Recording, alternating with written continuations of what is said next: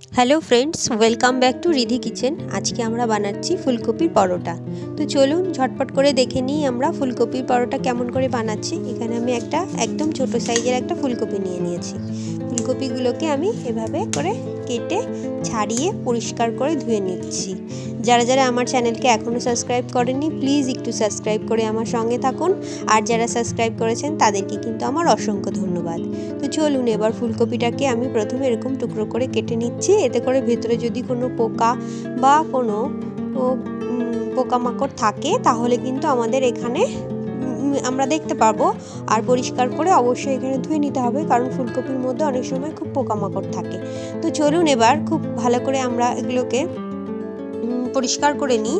এবার ধুয়ে নিয়েছি আর নিয়ে নিচ্ছি একটা প্লেট নেওয়ার পর এবার আমি ঘষুনির সাহায্যে, যেটার মধ্যে করে আলু আপনারা কুচান ঠিক সেই রকম একটা ঘষুনির সাহায্যে এভাবে করে শুধু ফুলটাকে আমরা এখানে ঘষে নেব। একটু ডাঁটা নেবো না, ডাঁটা নিলে কিন্তু খেতে ভালো লাগে না, গন্ধ লাগে। এই জন্য উপর থেকে শুধু ফুলটাকে আমরা এভাবে করে একটু কুড়িয়ে নিচ্ছি। এরকম করে আমার পুরোটা কোরানো হয়ে গেছে। এবার আমি পুরটা একটু রেডি করে নেব। এর জন্য আমি কড়াই বসিয়ে দিয়েছি আর কড়াইতে সামান্য পরিমাণে একটু সাদা তেল দিয়ে দিচ্ছি। এখানে যদি আপনারা কাঁচা ফুলকপি দিয়ে করতে চান তাহলেও সেক্ষেত্রে করতে পারেন, তবে এভাবে যদি পুরটাকে একটুখানি জলটা যদি এভাবে করে তেলের মধ্যে একটু ফ্রাই করে নেন আর জলটা যদি একটু শুকিয়ে নেন তাহলে কিন্তু খুব ভালো হয় পরোটাটা খেতে। তো এবার আমি গোটা জিরের মধ্যে ফোড়ন দিয়ে দিচ্ছি আর দিয়ে দিচ্ছি গোটা জিরেটা। ফোড়ন দেওয়া হয়ে গেলে ফোড়নটা যখন গোটা জিরেটা যখন একটু ভাজা ভাজা হয়ে যাবে তখন ওর মধ্যে একটু কাঁচা লঙ্কা কুচি দিয়ে দেবো। কাঁচা লঙ্কা কুচিটা দিয়ে এবার খুব ভালো করে এই খুন্তির সাহায্যে ভালো করে একটু নাড়িয়ে কাঁচা লঙ্কাটা একটু ফ্রাই করে নিলাম। নেওয়ার পর এবার ওই কুড়িয়ে নেওয়া ফুলকপিটা এর মধ্যে দিয়ে দিচ্ছি। দেওয়ার পরে একটু নাড়াচাড়া করে নিচ্ছি। নাড়াচাড়া করে নিয়ে যতক্ষণ এটার মধ্যে জল থাকবে ততক্ষণ কিন্তু আমাদের একটু নাড়াচাড়া করে নিতে হবে, এতে করে কিন্তু খেতে খুব ভালো হবে। তো চলুন এবার আমি এর মধ্যে দিয়ে দিচ্ছি সামান্য পরিমাণে একটু ধনে গুঁড়ো। এখানে ধনে গুঁড়োটা অবশ্যই দেবেন, এতে করে খেতে ভালো লাগবে। ধনে গুঁড়ো আর জিরে গুঁড়ো, যদি জিরে ফোড়নটা না দিয়ে জিরে গুঁড়ো দেন তাহলেও কিন্তু সেক্ষেত্রে ভালো হবে। তো এভাবে করে একটু নাড়াচাড়া করে নিচ্ছি। আর অবশ্যই এটা একেবারে নিরামিষ পরোটা, তো নিরামিষের দিন সকালবেলা কিন্তু এরকম জলখাবার কিন্তু আপনারা রাখতে পারেন।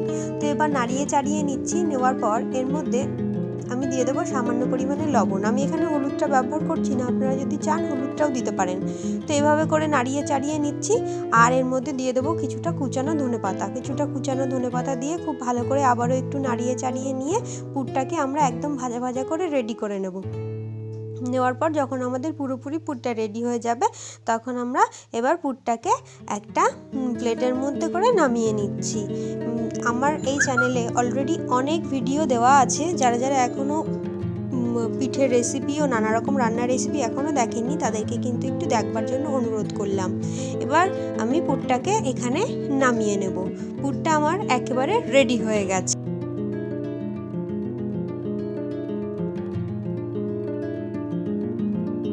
তাহলে ঝটপট করে আমরা এবার বানিয়ে নিই।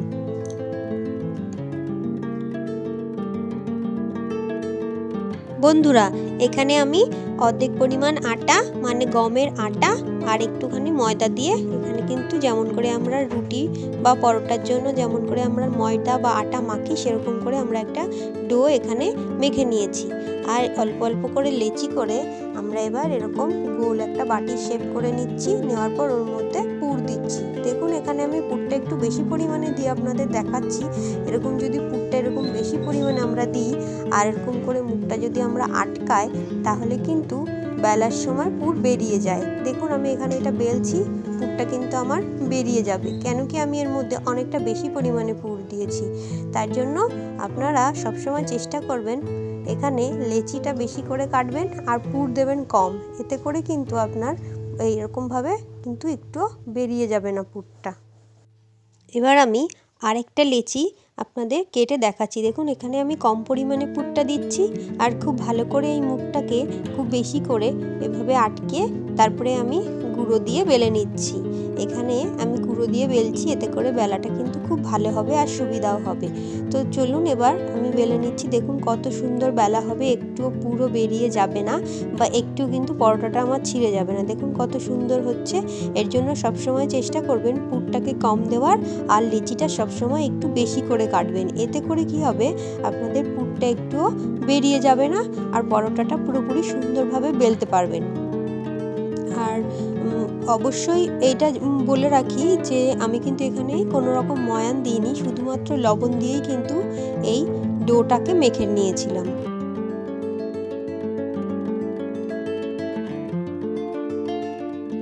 এবার আমি একটা ফ্রাই প্যানের মধ্যে এটাকে একটু সামান্য পরিমাণে সেঁকে নিয়েছি প্রথমে, আর তারপরে আমি এখানে সানফ্লাওয়ার অয়েল দিয়ে কিন্তু পুরোটাকে ভেজে নিচ্ছি পরোটাটাকে। এখানে আপনারা চাইলে ঘিয়েও পরোটাটা ভাজতে পারেন। তো এখানে আমি সানফ্লাওয়ার অয়েল দিয়ে দেখুন পরোটাটাকে ভেজে নিয়েছি। তো আবারও আমি আরেকটা পরোটা এখানে ভেজে নিচ্ছি। এর জন্য দেখুন পরোটাটা দিয়ে দিয়েছি, এখানে একটু পরিমাণ পুর কিন্তু আমার বেরিয়ে যায়নি।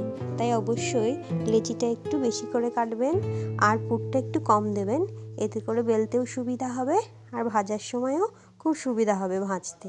একটু কিন্তু আমাদের পুরটা বেরিয়ে যাবে না। তো চলুন তাহলে ঝটপট করে আমরা এবার এটাকেও ভেজে নিই। আবারও বলছি বন্ধুরা, যারা যারা এখনও আমার চ্যানেলকে একটু সাবস্ক্রাইব করেনি তারা একটুখানি সাবস্ক্রাইব করে দিন। এতে করে কিন্তু আমি আরও ভালো ভালো রেসিপি আপনাদের সঙ্গে শেয়ার করতে পারবো। আর যদি একটু সাবস্ক্রাইব করে আমার সঙ্গে থাকেন তাহলে আমার খুব ভালো লাগবে। তো চলুন তাহলে এবার খুব ভালো করে এটাকে আমরা প্রথমে সেঁকে নেব। যেমন করে আমরা রুটিটাকে সেঁকি ঠিক সেরকম করে খুব ভালো করে যখন এটা আমাদের সেঁকা হয়ে যাবে তখন আমরা সামান্য পরিমাণ তেল দিয়ে এটাকে ভেজে নেবো। এতে করে আমাদের তেলের পরিমাণটাও কম লাগবে আর ভেতরটা কিন্তু একদম সেদ্ধ হয়ে যাবে। দেখুন এখানে আমার প্রায় শাঁকা হয়ে গেছে। এবার এর উপর থেকে আমি সামান্য পরিমাণে একটু সানফ্লাওয়ার অয়েলটা দিয়ে দিচ্ছি। দিয়ে একটু সামান্য পরিমাণে দেওয়ার পরে কিন্তু আমি উল্টো পাল্টে নিয়ে সেঁকে নিলেই কিন্তু আমাদের এই পরোটাটা একেবারে রেডি হয়ে যাবে। তো এবার আমি একটা পরোটা আপনাদের একটু কেটে দেখাচ্ছি। দেখুন কত নরম আর কত সুন্দর হয়েছে, আর পুরটাও কিন্তু ভেতরে খুব সুন্দর, চারিদিকে কিন্তু সমানভাবে পুরটা রয়েছে। দেখুন এখানে পুরটা দেখুন ভিতরে কিন্তু পুরো পুর ভরা। তো অবশ্যই রেসিপিটা ভালো লাগলে একবার লাইক করবেন আর সাবস্ক্রাইব করে আমার সঙ্গে থাকবেন। দেখা হবে পরের ভিডিওতে। সবাই খুব ভালো থাকবেন। নমস্কার।